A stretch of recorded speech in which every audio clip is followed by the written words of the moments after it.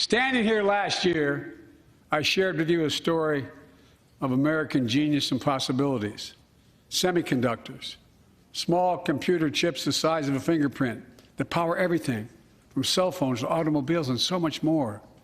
These chips were invented in America. Let's get that straight. They were invented in America. We used to make 40% of the world's chips. In the last several decades, we lost our edge. We're down to only producing 10%. We all saw what happened during the pandemic when chip factories shut down overseas. Today's automobiles need 3,000 chips, each of those automobiles. But American automobiles couldn't make enough cars because there weren't enough chips. Car prices went up, people got laid off. So did everything from refrigerators to cell phones. We can never let that happen again. That's why we came together to pass the Bipartisan Chips and Science Act.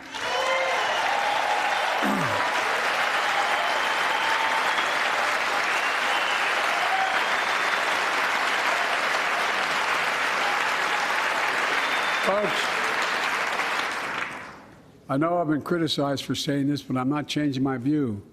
We're going to make sure the supply chain for America begins in America. The supply chain begins in America. We've already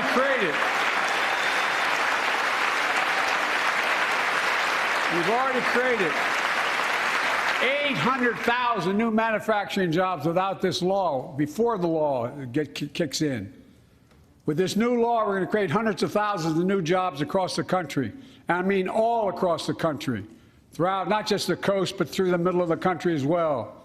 That's going to come from companies that have announced more than $300 billion in investment in American manufacturing over the next few years. Outside of Columbus, Ohio, Intel is building semiconductor factories on 1,000 acres, literally a field of dreams. It's going to create 10,000 jobs, that one investment, 7,000 construction jobs, 3,000 jobs in those factories once they're finished. They call them factories. Jobs paying an average of $130,000 a year, and many do not require a college degree.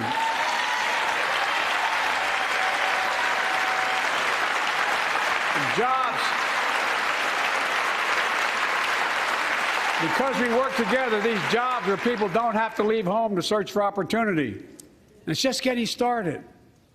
Think about the new homes, the small businesses, the medium-sized businesses. So much more that's going to be needed to support those 3,000 permanent jobs and the factories that are going to be built.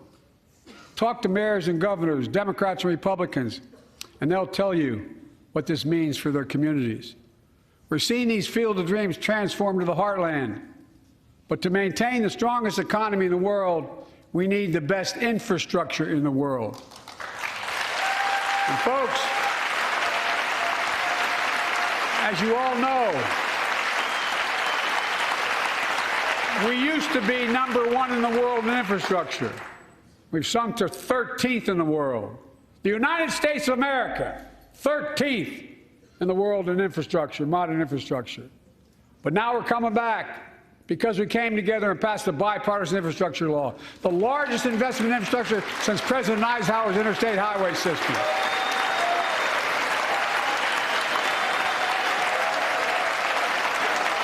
And folks, already we've funded over 20,000 projects, including major airports from Boston to Atlanta to Portland. Projects that are going to put thousands of people to work rebuilding our highways, our bridges, our railroads, our tunnels, ports, airports, clean water, high-speed internet, all across America. Urban, rural, tribal. And folks, we're just getting started. We're just getting started. And I mean this sincerely. I want to thank my Republican friends who voted for the law, and my Republican friends who voted against it as well. But I still get asked to fund the projects in those districts as well. But don't worry. I promised I'd be a president for all Americans. We'll fund these projects. And I'll see you at the groundbreaking. Look, This law will further unite all of America. Projects like Brent Spence Bridge in Kentucky over the Ohio River, built 60 years ago, badly needed repairs, one of the nation's most congested freight routes, carrying $2 billion worth of freight every single day across the Ohio River. And folks, we've been talking about fixing it for decades, but we're really finally going to get it done. Yes. I went there last month with Democrats and Republicans and from both states to deliver a commitment of $1.6 billion for this project. And while I was there, I met a young woman named Sarah, who's here tonight. I don't know where Sarah is. Is she up in the box? I don't know. Sarah, how are you? Well, Sarah, for 30 years,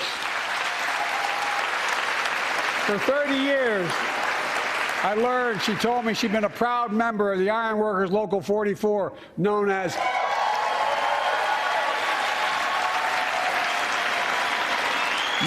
the Cowboys in the Sky. The folks who built Cincinnati's skyline. Sarah said she can't wait to be 10 stories above the Ohio River building that new bridge. God bless her.